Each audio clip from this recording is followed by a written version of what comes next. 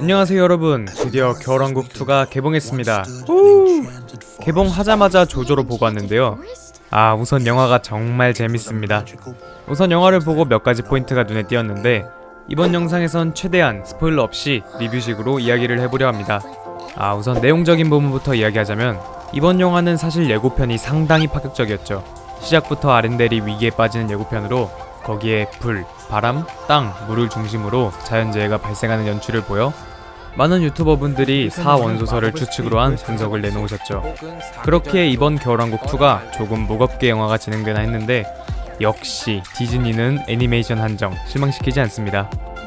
완급 조절이 정말 환상적인 영화였고, 새로 추가된 4원소 설정이 전혀 복잡하지 않았으며 친절하게 설명을 잘해줍니다. 그리고 영화 내에서 그리 중요하게 작용하는 설정이 아니었어서 영화 자체가 복잡하지도 않았고요. 사전에 유튜브에서 분석 영상을 보고 가신 분들이라면 와, 진짜 사원소설이 맞구나, 근데 불 저건 어떡하지? 바람은 어떡하지? 이렇게 복잡하게 생각이 드실 수도 있는데, 사원소에 관한 설정은 그렇게 복잡하고 중요한 게 아니라서 영화 내에서 나중에 그건 사실 이거고 저건 그냥 이거였음 같은 느낌으로 복잡하지 않게 친절하게 설명해줍니다.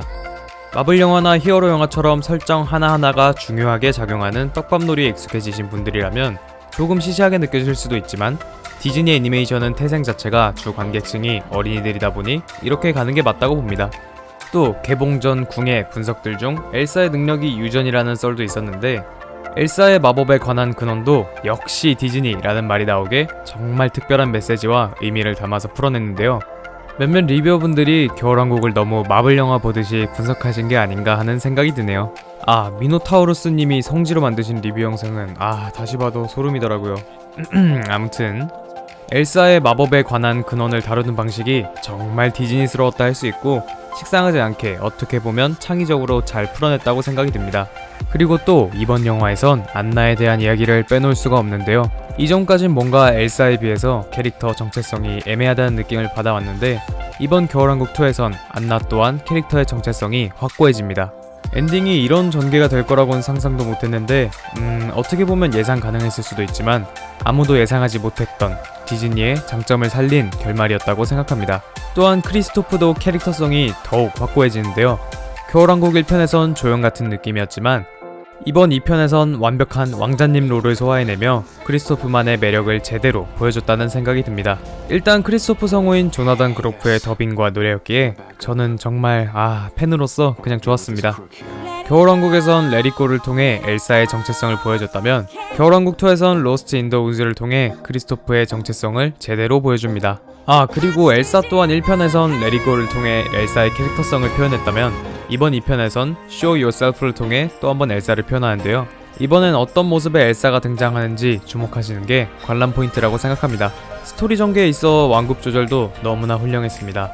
주인공에게 시련이 왔을 때 그 시련이 너무 길고 깊으면 영화를 보는 관객도 지칠 수 있기 마련인데, 엘사에게 닥치는 시련들이 정말 잘 치고 빠집니다. 완급 조절이 너무 완벽했어요. 다만 초반부가 너무 우당탕탕 전개되는 감이 없잖아 있어 그 부분에선 조금 아쉽지만 최선이었다고 생각됩니다.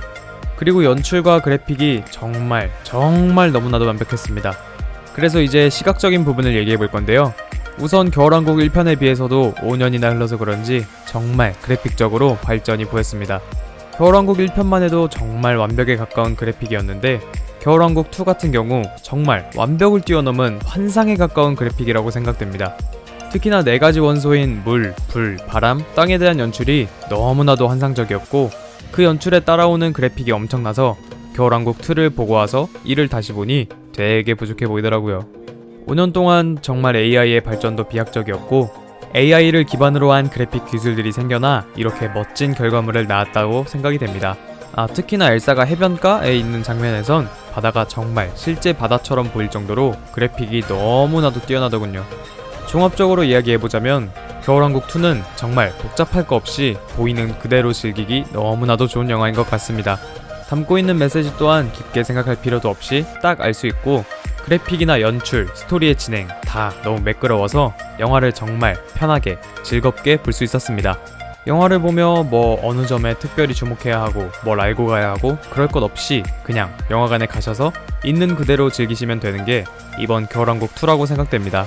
물론 아쉬운 점이 없었던 건 아니지만 1편의 명성을 잘 이은 작품이라고 생각이 되네요. 굳이 해석이 필요한 영화는 아니지만 다음 영상에선 스포일러와 해석을 포함한 리뷰로 돌아오도록 하겠습니다. 영상을 즐겁게 보셨다면 좋아요와 구독하기 꼭 부탁드리겠습니다.